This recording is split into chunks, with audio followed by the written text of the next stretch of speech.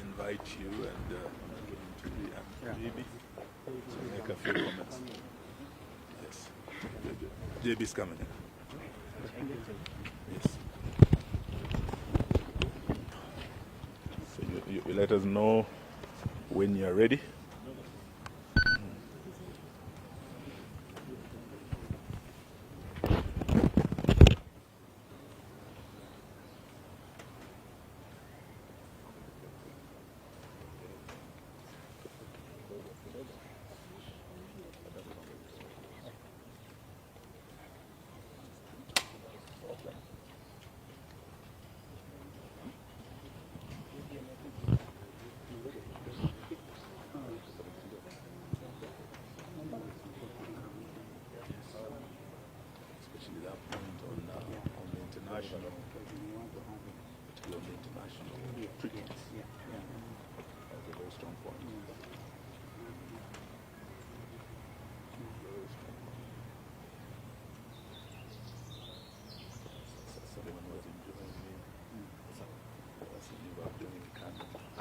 When you're ready, we're ready.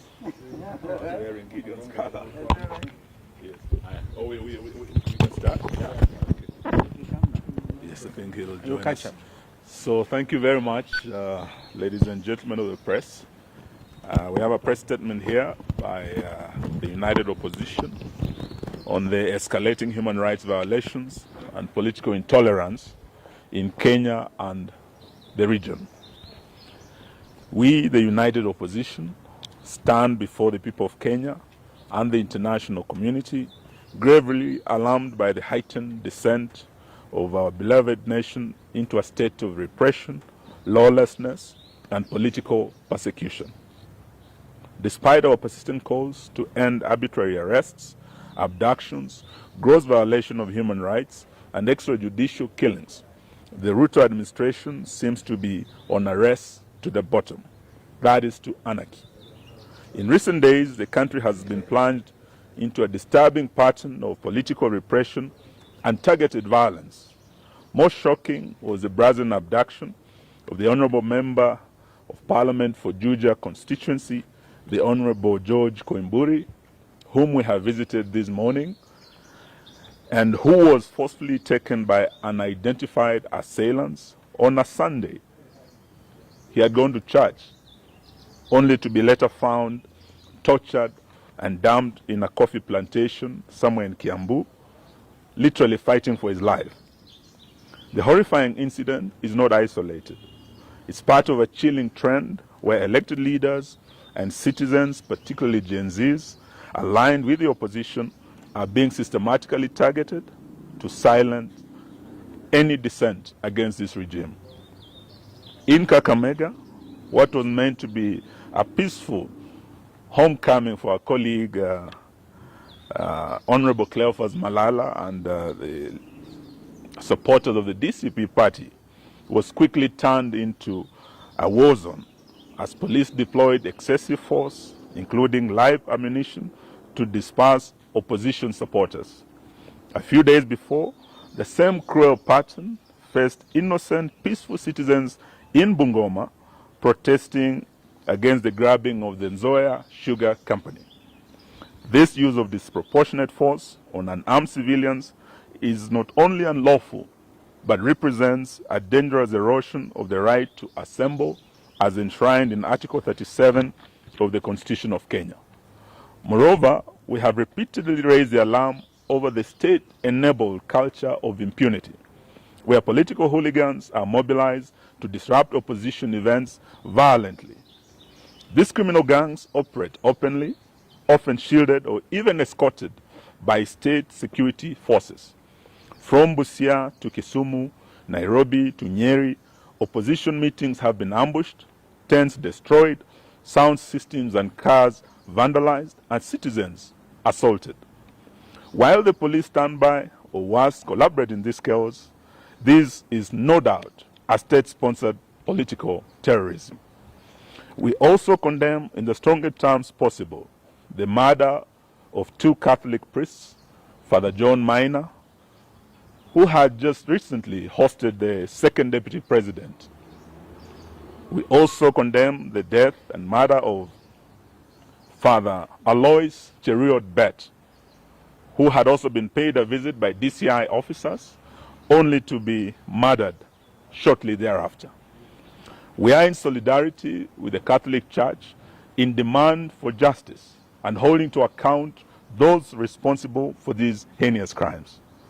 These violations are not only gross violation of the Kenyan Constitution, but also a violation of the African Charter on Human and People's Rights and other international rights statutes, including the Universal Declaration of Human Rights 1948, to which Kenya is a signatory, the International Convention on Civil and Political Rights, ratified by Kenya as far back as 1972, the African Charter on Human and People's Rights, which enshrines the right to liberty, assembly, and freedom of expression.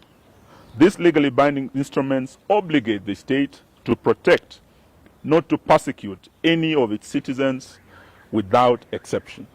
We are deeply disturbed by the growing role of private sector enablers in this crackdown. We call out telecommunication companies, in particular Safaricom, which may have turned a blind eye, or worse, actively collaborated with the regime in surveilling, tracing, aiding, and abducting of these citizens. We demand that they publicly account for the data they provide to security agencies and affirm their commitment to protecting the rights and privacy of their customers. We equally put on notice all political and business elites, those who fund the goon squads, those who lobby for the maintenance of tyranny, and those in the diplomatic community who remain silent as Kenya burns. History will remember your complicity. To the Kenyan people, we say, do not be silenced. The repression we face today is not just about politics. It's about the very soul of our nation.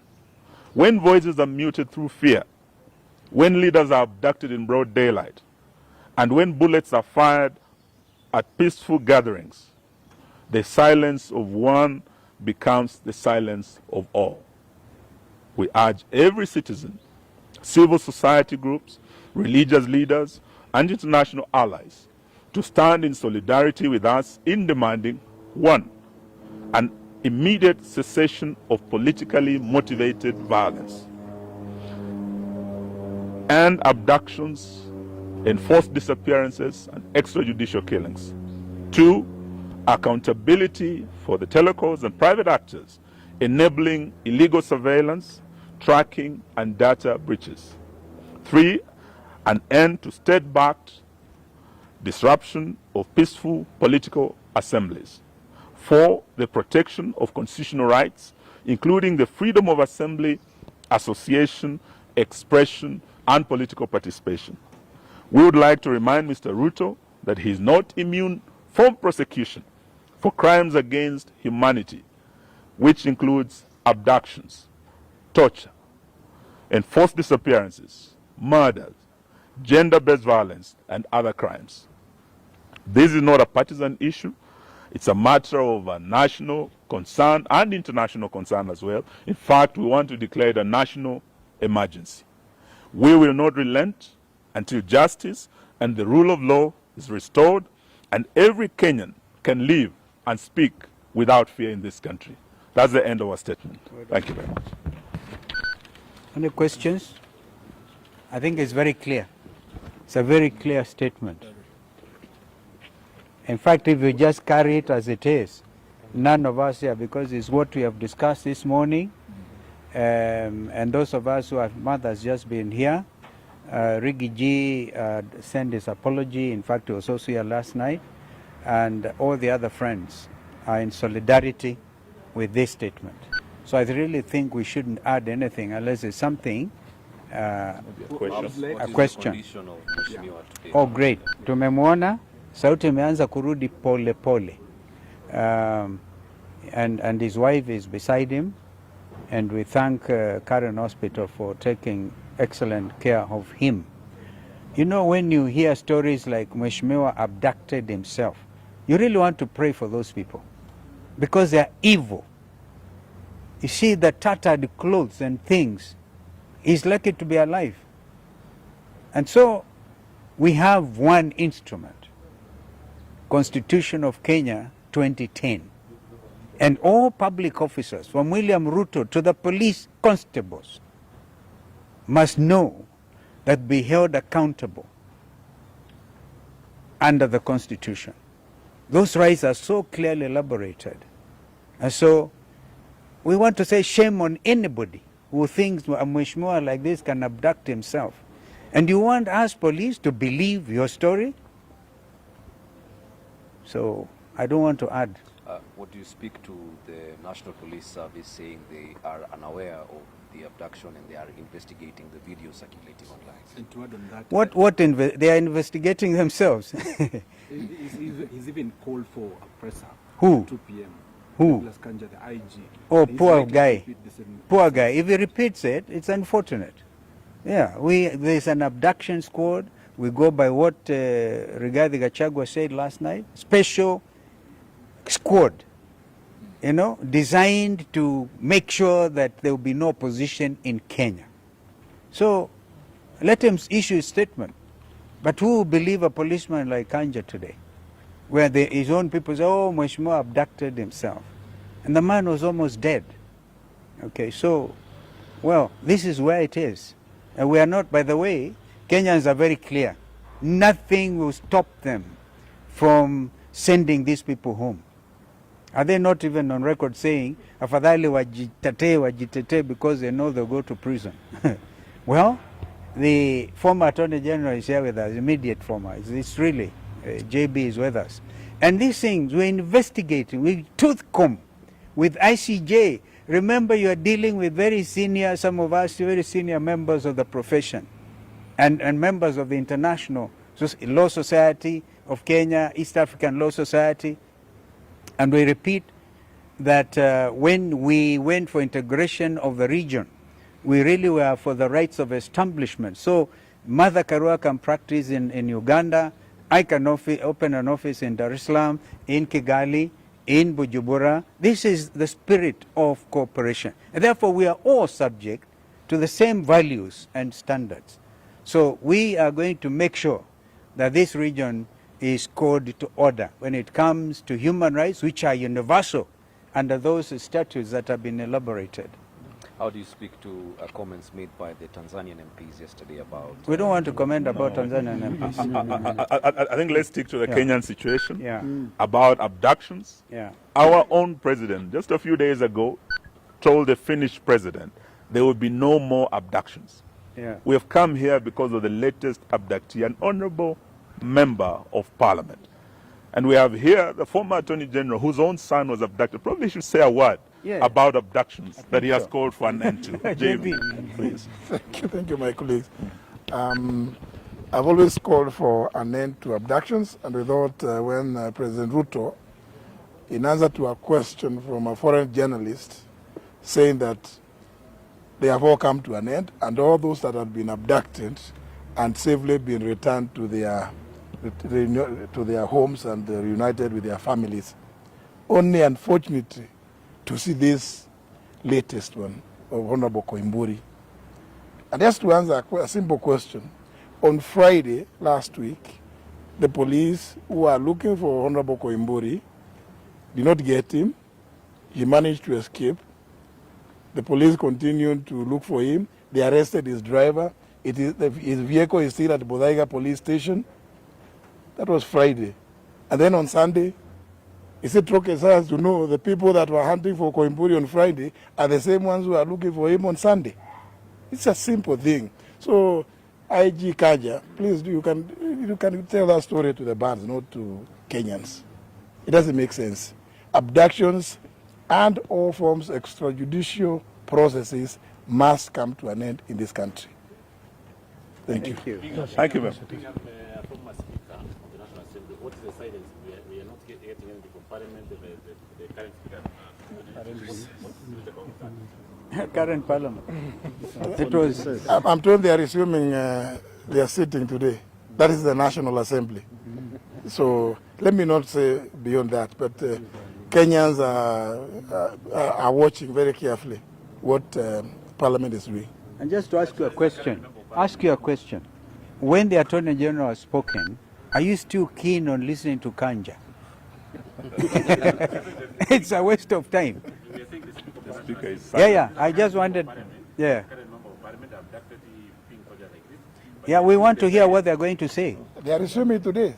So Let's hear what they're going to say. Naturally, we will expect that the National Assembly sitting this afternoon. We'll move a motion of adjournment. Yes, we'll move a motion of adjournment to discuss, because it's a serious case of insecurity. It's just the other day that another member was shot and killed. Now again, yesterday or Sunday, another one is kidnapped, abducted, left for the dead. Surely, we expect no less than the House adjourning to discuss the matter of rising insecurity. Some of them, by the way, are here. The Honorable Mule, and who else is there? Mawade is here. Understanding order number 20, move a motion of adjournment to discuss an urgent matter of national importance. So we expect that. And I think all members now, we give you instructions to do so. And let us see how many others, remainder of what was state captured, hear what they're going to say. They're going to defend this gangsterism by the state. Asanteni. Thank you.